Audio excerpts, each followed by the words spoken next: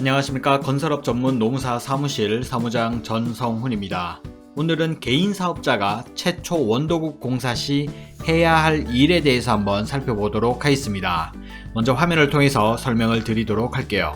자, 우선 개인 사업자가 최초의 원도국 공사를 할 때 해야 할 일은 첫 번째, 일괄 적용 보험관계 성립 신고입니다. 건설 사업자는 원수급인 또는 하수급인 사업자 승인받은 경우를 포함하여 시공하는 최초의 공사의 사업 개시일로부터, 즉 착공일로부터 14일 이내에 일괄 적용 성립신고서를 제출해야 한다라고 명시하고 있습니다. 다만 고용보험의 경우에는 건설 면허를 미소지한 건설 사업자는 연면적 100제곱미터 초과인 건축 또는 연면적 200제곱미터 초과인 건축물의 대수선에 해당하면서 총 공사 금액이 2천만원 이상인 건축 공사를 착공한 이후부터 해당이 된다라고 명시하고 있는데, 다시 한번 정리하자면 건설 면허를 소지한 사람은 금액과 상관없이 최초 공사의 사업 개시일로부터, 즉 착공일로부터 14일 이내에 일괄 적용 성립신고를 해야 하고, 다만 예외적으로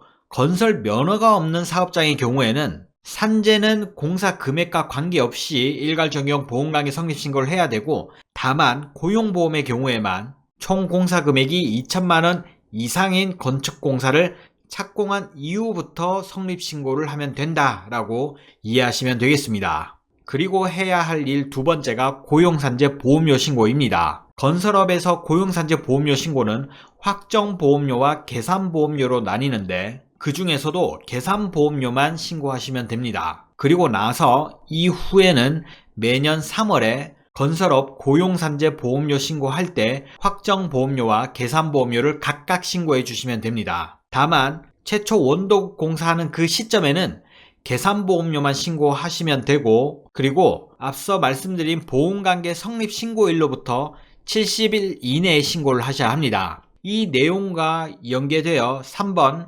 고용산재 계산보험료를 납부해야 하는데, 이번에 고용산재 보험료, 그 중에서도 계산보험료를 신고하게 되면 3번에 있는 고용산재 계산보험료를 납부하셔야 합니다. 즉 고용산재 계산보험료 신고 이후에 고지서로 보험료를 납부하면 되고, 마찬가지로 보험관계 성립신고일로부터 70일 이내에 납부해야 하고, 그렇지 않다면 가산연체금이 붙을 수 있으니 주의할 필요가 있습니다. 그리고 마지막으로 네 번째 해야 할 일이 일괄 적용 사업 개시 신고입니다. 사업주는 공사 현장 등이 발생한 경우 사업 개시일로부터, 즉 착공일로부터 14일 이내에 사업 개시 신고서를 제출해 줘야 합니다. 자, 지금까지 개인 사업자가 최초 원도국 공사 시 해야 할 일에 대해서 살펴봤는데, 이 중에서 주의할 사항이 있다면 기한 내에 일괄 적용 보험관계 성립 신고를 하지 않은 경우에 발생한 산재는 페널티를 사업주가 부담하게 됩니다. 그 페널티 내용으로는 재해자가 받는 보상의 50%를 사업장이 부담해야 된다는 거죠. 이것 때문이라도 개인 사업자가 최초 원도국 공사를 시행한 경우, 또는 하수급인 사업주 승인을 받은 공사를 처음 시작했다면 앞서 살펴본 과정들을 실행해 주셔야 한다라고 이해하시면 되겠습니다. 지금까지 개인 사업자가 최초 원도국 공사 시 해야 할 일에 대해서 살펴보았습니다. 추가 궁금하신 사항은 건설 로무 카페를 통해서 질문 주시면 답변 드리도록 하겠습니다. 사무장 전성훈이었습니다. 감사합니다.